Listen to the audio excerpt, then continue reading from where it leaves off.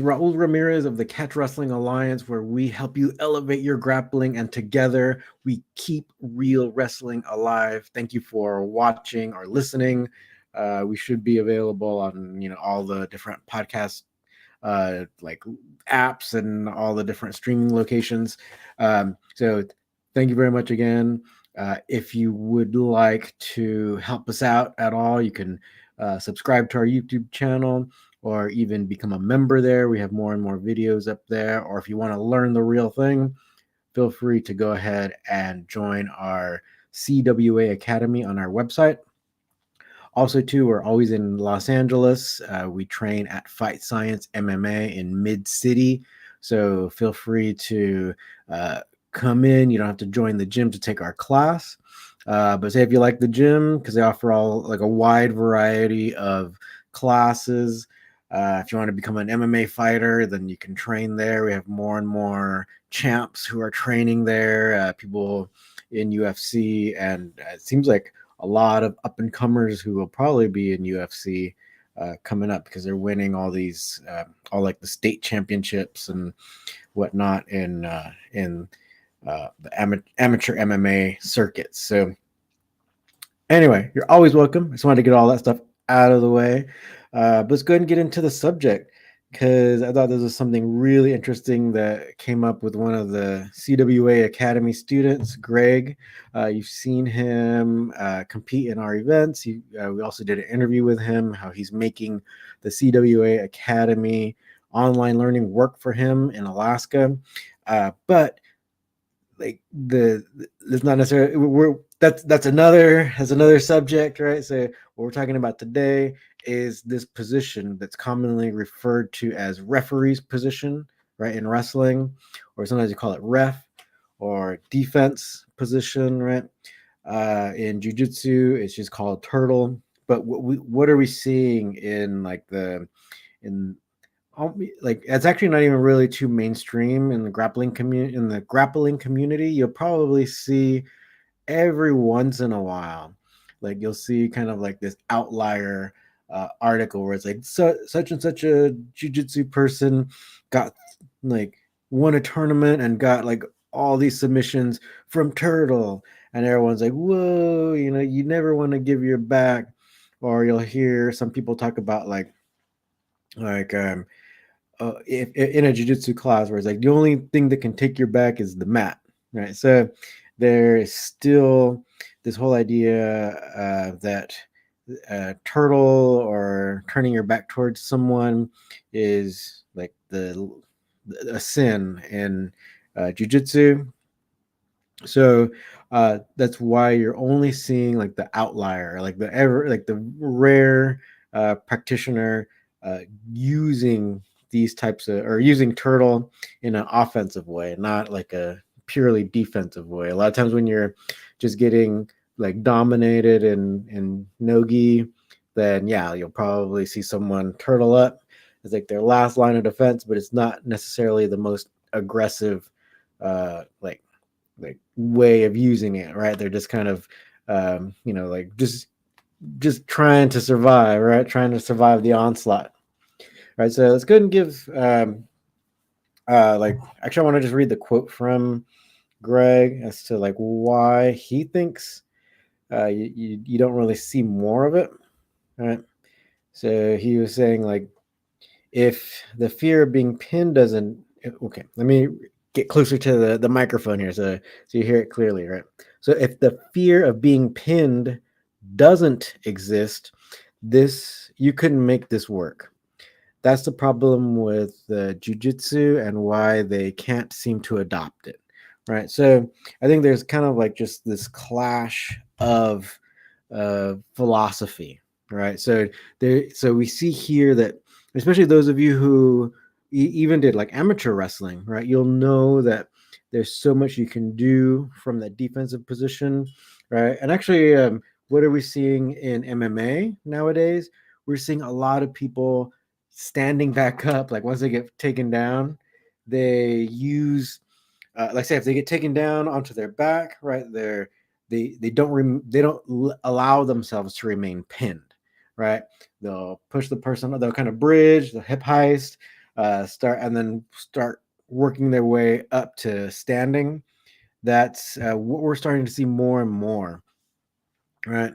So we know that it works, right? We know that it works in all kinds of scenarios. And a lot of people really love they really use MMA as like the measuring stick, like, oh, is this going to work or not or whatever.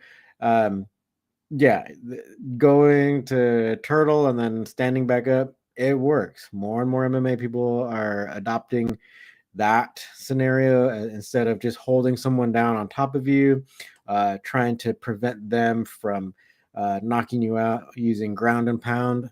So we know that it works, but we're not seeing it being adopted so much in like mainstream jiu-jitsu. It's still like the random outlier who might make a video here and there, or who might win a tournament here or there, that is like intentionally trying to show the effectiveness of that position of turtle. Um, so that's what we're seeing, right?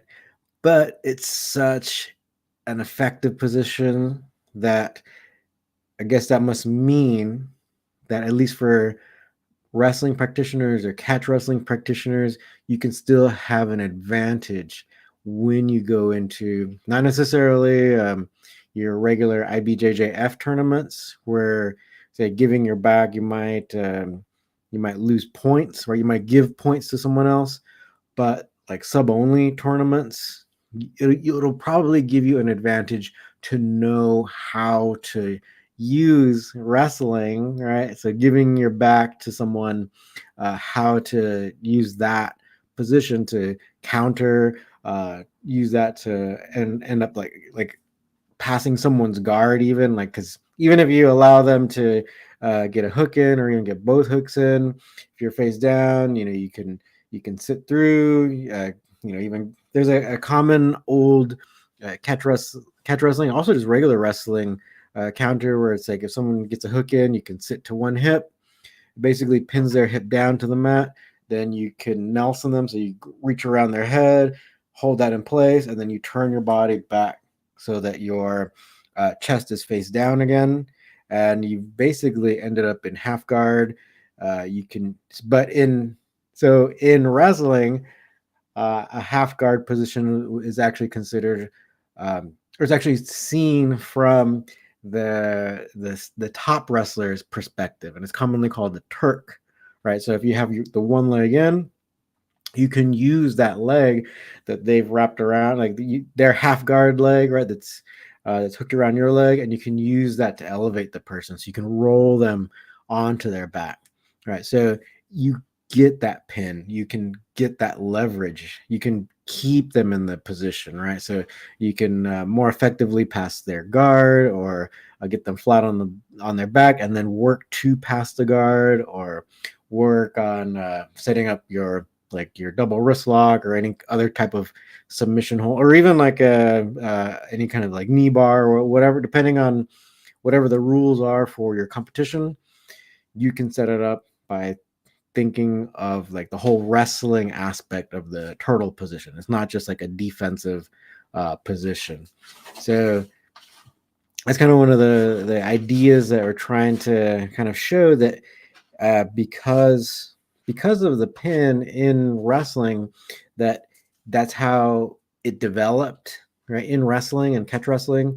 But that's why it's not necessarily catching on or so common in jiu-jitsu, right? So feel free to comment, or give us your 2 cents. Totally fine at any time. If you're watching live on Twitch or on YouTube, feel free to chime in, because basically this would be something that you really don't see. And because I've been in like all kinds of jiu-jitsu studios for years and years, and like it's so rare that so it's not really taught. You'll see all these different types of kind of like chest to chest type positions, where you'll still be facing the person, but maybe they'll kind of go to their side, like especially in schools that are I call them like IBJJF schools, where they want to do IBJJF competition.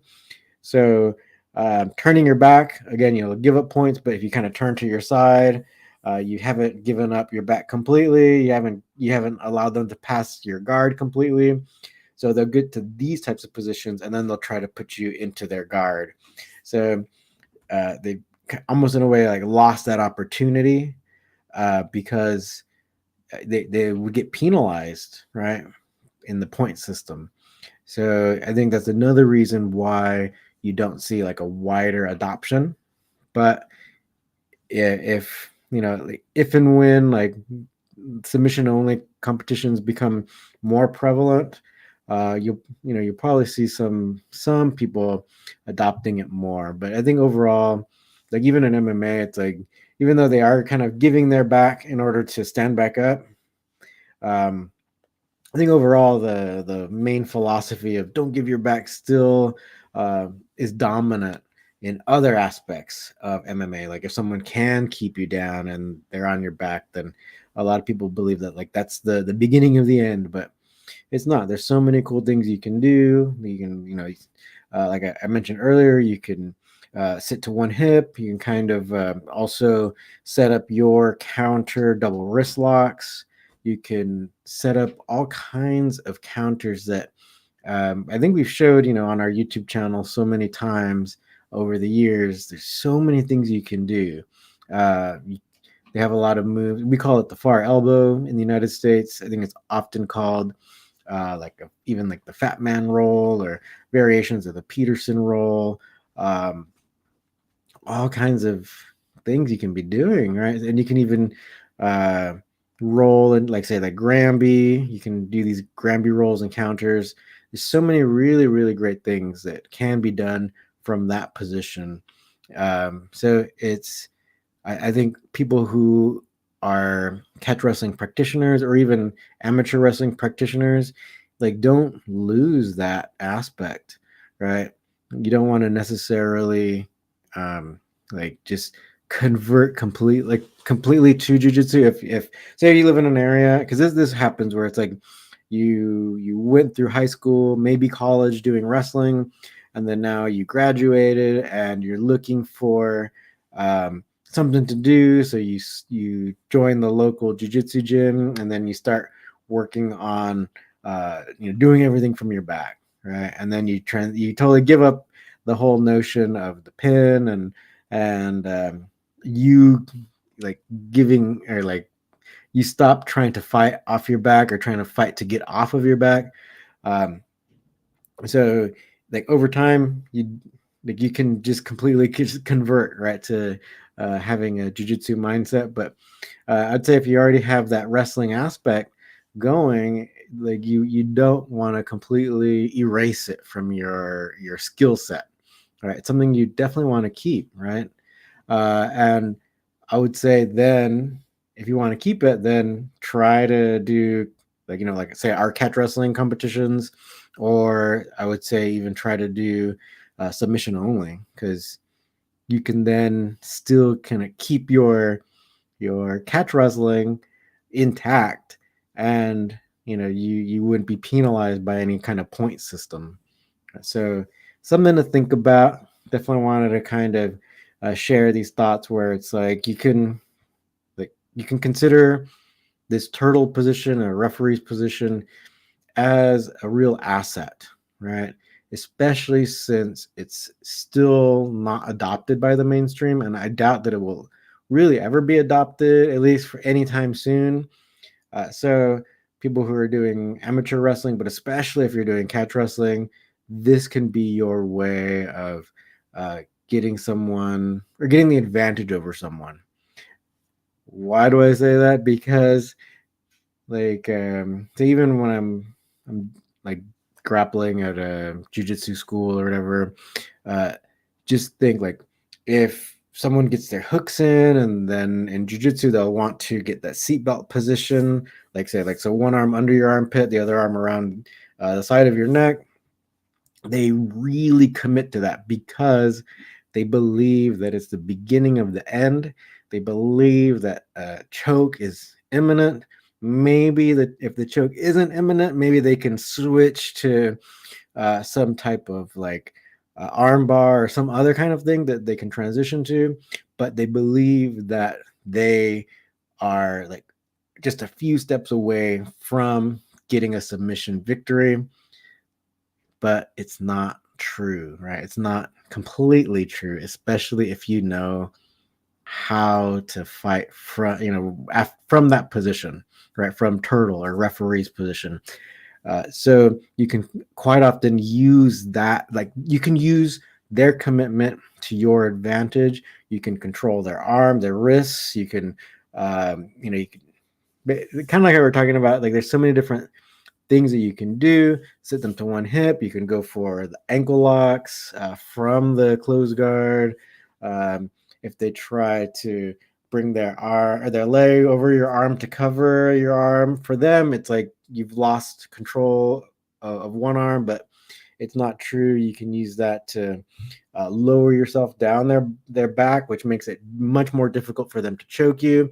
And you can, swim your arm forward. So you basically push their leg up and you end up kind of going out the back door, and then now you're on top of them. And so then now they have to deal with you on top of them, and you can set up all kinds of, it's totally easy to set up your guard passes or, any kind of counter submission hold. It's all really there for you. It's just that it's in like these other systems. So it's in catch wrestling. Some fundamental impressions of it are in amateur wrestling. So it's there for you to learn, right? So it's up to you, and then it's up to you to get used to that. Like say if you come from a jiu-jitsu like background, you might feel weird at first. Same thing, like say even for me, say if I were to try to adopt some kind of like guard thing, then ultimately I feel weird because I feel like I have much less leverage if I'm on my back trying to push someone's weight off of me. It's really not great physics, right? So I just bail and go to turtle instead, or like referee's position, and then I find it's so much easier to counter then. So think about it. Something to think about, right? I said before Christmas comes, right? Where everyone's like gonna take time off, it seems, right? Because like what do we have right now? This weekend we have like the IBJJF Nogi World Competition. I have a bunch of friends who are competing, and I hope everyone does well. But we'll see what kind of, like, you will see a lot of the highlights, and you will see, so like knowing what you know now after our conversation, you'll probably see a lot of people who maybe should have gone to turtle, right? That like that they ended up in a worse position for not doing that. Yeah, I'm already seeing some now. It's like, so right, today is Thursday, like I think purple belts have gone, so like over the weekend, we'll start seeing more and more of the black belt competition. We'll see how it goes. We'll see how so besides that, I think not only are you going to notice like people not really using the turtle in an active way to counter, you'll probably also not see too much wrist control. A lot of the highlights show that, where it's like the lack of wrist control just allows someone else to just like throw you around or set up their submission. So keep an eye out for these things and see how you can improve your grappling game by incorporating these things, like a more active turtle position using your different counters, or maybe even more wrist control, so that you can stop someone from just like having their way with you, right? You allow them to set up their chokes, their arm bars, their triangle chokes. If you allow them to control you and you don't control them first, right? So you can really minimize a bad situation even just by getting wrist control. So stuff to think about. You feel free to ask any questions at any time. If you appreciate what we do, go ahead and give us a subscribe on YouTube, or you can become a channel member, or if you want to learn the real thing. And if you're in Los Angeles, we're at Fight Science MMA. You can also become a student on our CWA Academy. I think we left up our Black Friday sales, so probably just leave it up for the entire month of December, just because it's the holidays. So get yourself something. All right, so we have a bunch of discounts on our website, catchwrestlingalliance.com. Just look up the link that says Black Friday. We have a bunch of our courses there that are on sale. So I hope everyone has a great couple weeks. Hopefully you still train. I think we'll still try to do some live streams and stuff, and we got a bunch of videos coming out. So we're going to continue that series of like the 5 fundamental things about catch wrestling that you must know. So hopefully we can get the next video out tomorrow, Friday. So make sure you watch it. Feel free to ask any questions. Actually, your questions have been much appreciated, and we want to clarify.